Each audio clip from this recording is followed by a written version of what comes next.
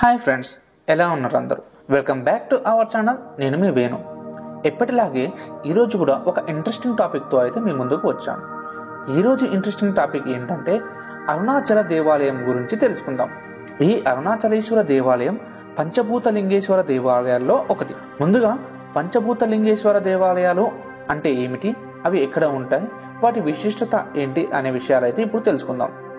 ముందుగా మీ అందరికీ ఒక చిన్న రిక్వెస్ట్ ఏంటంటే దయచేసి మన ఛానల్ని సబ్స్క్రైబ్ చేసి ఈ యొక్క వీడియోకి ఒక లైక్ అయితే వేసినట్లయితే నాకు ఎంతో బూస్టప్గా ఉంటుంది.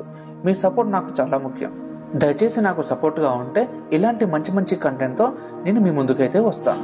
సాధారణంగా పంచభూతాలు అంటే ఒకటి భూమి, నీరు, అగ్ని, వాయువు మరియు ఆకాశం. వీటినే పంచభూతాలు అంటారు. ఇప్పుడు మనం పంచభూత లింగేశ్వర దేవాలయాలు ఏంటి, అవి ఎక్కడ ఉన్నాయో ఇప్పుడు మనం తెలుసుకుందాం. మొదటిది ఏకాంబరేశ్వర దేవాలయం. ఇది భూమికి ప్రతీక. ఇది కాంచీపురం, తమిళనాడులో అయితే ఉంది. ఇది కాంచీపురంలో అతిపెద్ద దేవాలయంగా చెప్పుకోవచ్చు. దీని గుడి గోపురం సుమారు 60 మీటర్ల ఎత్తు ఉంటుంది. రెండవది జంబుకేశ్వర దేవాలయం. ఇది నీరుకు ప్రతీక. ఇది తిరుచపల్లి, తమిళనాడులో అయితే ఉంది. ఈ ఆలయం గర్భగుడిలో భూగర్భ ప్రవాహం అయితే ఉంటుంది. మూడవది అరుణాచలేశ్వర దేవాలయం. ఇది అగ్నికి ప్రతీక. ఈ ఆలయం తిరువన్నమలై, తమిళనాడులో అయితే ఉంది. నాలుగవది శ్రీ కాళహస్తీశ్వర దేవాలయం. ఇది వాయువుకు ప్రతీక. ఇది కాళహస్తి, మన ఆంధ్రప్రదేశ్లో అయితే ఉంది. చివరిది ఐదవది చిదంబర నటరాజ దేవాలయం. ఇది ఆకాశలింగానికి ప్రతీక. ఇది చిదంబరం, తమిళనాడులో అయితే ఉంది. ఇక్కడ శివుడు నటరాజ స్వరూపంలో శివుడు అయితే దర్శనమిస్తాడు. ఓకే ఫ్రెండ్స్, ఇవి పంచభూత లింగేశ్వర దేవాలయాలు. ఇప్పుడు మనం అరుణాచలేశ్వర దేవాలయం గురించి అయితే తెలుసుకుందాం. ఈ అరుణాచలేశ్వర దేవాలయం తిరువన్నమలై, తమిళనాడులో అయితే ఉంది. ఇక్కడ శివుడు అగ్నిలింగంగా పూజలు అందుకుంటాడు. ఈ అరుణాచలేశ్వర దేవాలయాన్ని అన్నమలై అని కూడా పిలుస్తారు. అరుణాచలం అనగా అరుణ అంటే ఎర్రని, అచలం అంటే కొండ అని దీని అర్థం. దీనికి మరో అర్థం అరుణ అంటే పాపములు పరికించుట అనే అర్థం. తిరు అనగా శ్రీ మరియు అన్నమలై అనగా పెద్ద కొండ. శ్రీ అన్నమలై పెద్ద కొండ అనే అర్థం వస్తుంది. ఇది శైవ క్షేత్రాలలో అతి ముఖ్యమైనది.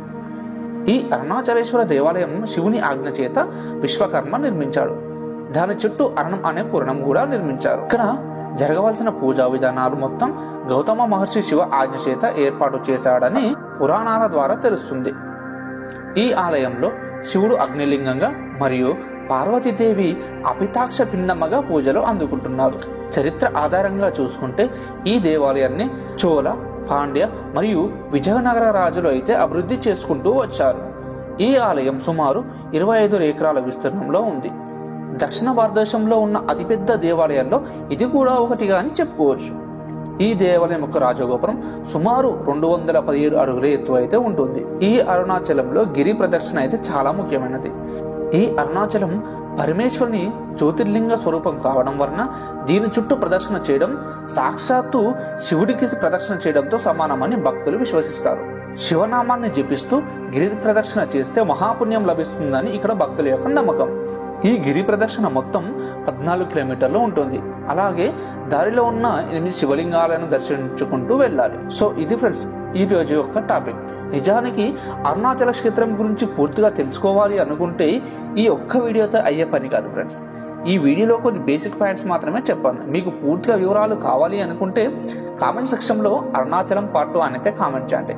మీకోసం ఖచ్చితంగా మరికొన్ని వివరాలతో మీ ముందుకైతే వస్తాను. Thank you for watching.